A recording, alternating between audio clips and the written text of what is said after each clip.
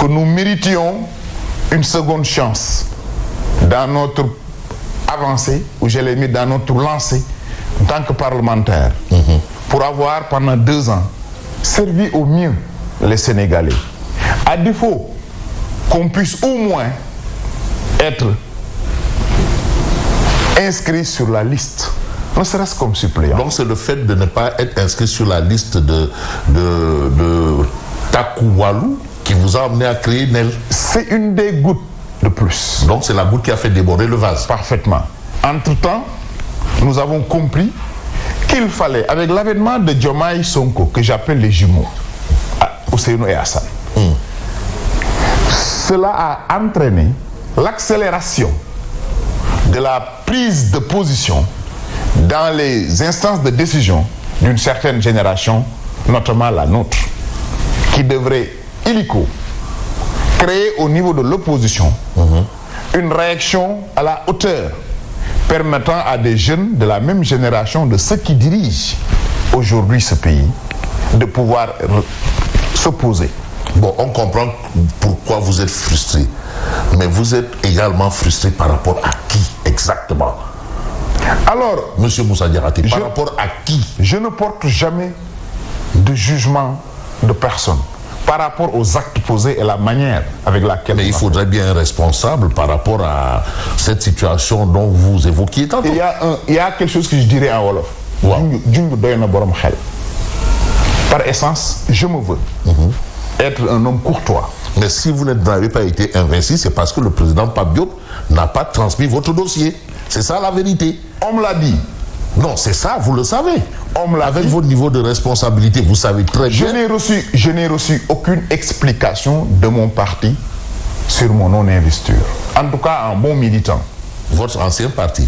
Un ancien parti. C'est-à-dire la CD Bok Gis Gis. La CD Bok Gis Gis. Donc votre leader ne vous a pas expliqué pourquoi vous n'avez pas été Jusqu'au moment où je vous parle, je n'ai reçu aucune explication de Bok Gis Gis du fait que je n'ai pas été reconduit. Mais comment vous avez su que vous n'êtes pas sur les listes? Alors, j'ai été informé le jour de la publication des listes par mon épouse qui m'a réveillé pour me dire: viens constater, tu n'es pas sur les listes. Je dis: ah bon? Certainement, j'aurai des explications. Et vous les avez eues, les explications? Jusque-là, non. Et en certain moment, il faut savoir prendre ses responsabilités. Ceux qui sont avec moi, ceux qui m'ont soutenu, et des Sénégalais de nulle part. Même vous, dans vos plateaux, vous en parliez, le fait que je ne revienne pas à l'Assemblée. Je ne suis pas indispensable. Mais il y a des manières élégantes de se séparer de quelqu'un. Et vous êtes surpris de cette réaction, ou bien oui, vous êtes du genre à avoir avalé trop de couleuvres que finalement vous êtes vous-même... Oui, très surpris. Parce que quand on ne veut pas investir quelqu'un, on ne lui demande pas son dossier. Ou quand on voit, n'oubliez pas que j'étais le seul député de Bok Gis Gis. On devait aller à des élections, j'ai donné mon dossier. Si on devait me remplacer, ce qui peut être fait, cela méritait d'être discuté. Au moins que je sois averti que je ne serai pas sous. Parce que moi, je m'apprêtais, je devais voyager d'ailleurs. Mais j'ai annulé mon voyage dans le cadre de mes affaires pour attendre la sortie des listes. Et j'ai appris, comme tous les Sénégalais, comme que je n'étais pas sur les listes. Est-ce que vous avez l'impression d'avoir été poignardé dans le dos? Alors, contrairement aux autres, tu sais, je suis coach. J'enseigne de la motivation à certains. À chaque acte, je lis une volonté de Dieu.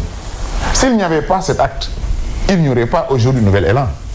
N'était-ce pas le temps de me libérer, de créer une autre voie? Et Allah, dans sa manière de faire, toujours, comme on le dit, c'est comme ça que je le comprends. Il était temps, le moment était venu, certainement, de prendre ma voie après 25 ans, aux côtés de grands hommes, le président Abdoulaye Wade, le président Pape Diop, pendant 2 ans avec le président Macky Sall, de frayer ma voie et de conjuguer l'avenir du Sénégal avec ma génération, avec les aînés. Je le comprends, moi je le prends sur l'autre angle. Certains parlent de poignarder sur le dos, moi je dis une opportunité. À chaque situation, j'essaie de tirer ce qu'il y a de positif pour aller de l'avant. Non, mais si je vous pose la question, c'est parce que la chronologie des événements ne m'est pas inconnue. Parfaitement. Vous aviez quand même été le porte-parole de l'UJTL du temps de Baragay, qui est aujourd'hui maire. Tout à fait. Vous avez été quand même un grand responsable au début de Bok Gis Gis, porte-parole de votre leader Pape Diop. Mais vous avez été aussi le responsable, même dans les instances de Bok Gis Gis, de monsieur Aïb Dafé. Aïb Dafé, qui était qui était votre adjoint. Parfaitement. Et qui est aujourd'hui président de groupe parlementaire. Parfaitement. De la majorité. Parfaitement. Est-ce que vous n'avez pas eu un peu de retard par rapport au choix Pape Diop à cette période aussi? Alors, permettez-moi Je crois que je ne me suis pas trompé de la chronologie. Aucunement. Vous avez été là à nos débuts, vous savez tout ce qu'on faisait. Ouais. Mais le choix de Pape Diop était motivé pour trois choses. C'était un choix de raison. C'était un choix de conviction. C'était un choix surtout de prolongement. On voyait en Pape Diop le prolongement de Wade. Pape Diop symbolisait pour moi ce qui devait être le prototype de l'homme politique. Quelqu'un qui s'est affranchi intellectuellement, quelqu'un qui était autonome financièrement et quelqu'un qu'on connaissait par un discours de vérité. Un homme taciturne, un homme de paix, un homme de progrès, un homme de justice, mais surtout un homme d'unité. Et c'est avec lui que nous faisions de la politique à Dakar. Oui. Au moment des choix, j'étais le directeur de la communication du Sénat. Et on pensait que c'était le prolongement. Je suis allé avec lui pour prolonger le travail de Wade. Tant que Wade voulait, personne ne pouvait avoir quelque chose. Et quand Wade a dit qu'il ne voulait même pas être chef de quartier, de ce qui restait de PDS, celui qui semblait représenter ce qu'il y a, mon idéal politique, se regroupait en Pape Diop.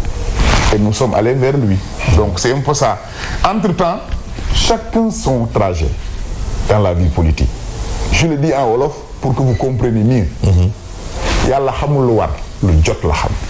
Le parcours de Baragay qui est excellent, que je salue au passage. Oui. Le parcours de Aïb Dafé qui est excellent, qui était mon adjoint, que je salue au passage, est différent du mien. Peut-être qu'à partir d'élan, à partir de cette année, nous allons frayer le chemin pour aller d'abord prendre la mairie du Plateau en 2027 et être président de la République après Diomaye. Pourquoi pas? Qui en sait? Donc, rien n'est trop tard. Moi, je suis quelqu'un qui positive toujours les relations. Parce que moi, je suis dans la certitude abrahamique. Certitude abrahamique. Oui, je ne doute pas. Ce qui doit être, sera. Mettons-nous en chemin pour être préparés, pour avoir les moyens et les capacités de porter les enjeux. Il faut noter quand même qu'en tant que président de la commission des lois, vous l'aviez été à l'Assemblée lors de la dernière législature, la 13e, où vous avez vraiment assuré tambour battant un certain nombre de dossiers. Vous avez collaboré quelque part, ou de près ou de loin, avec le président Macky Sall. Aujourd'hui, quand vous entendez que Macky Sall peut un jour ou l'autre être convoqué par les instances juridiques du pays, qu'est-ce que ça vous fait? Alors, je le verse parce que pour que Macky Sall puisse être convoqué, il faudrait qu'il soit accusé de haute trahison.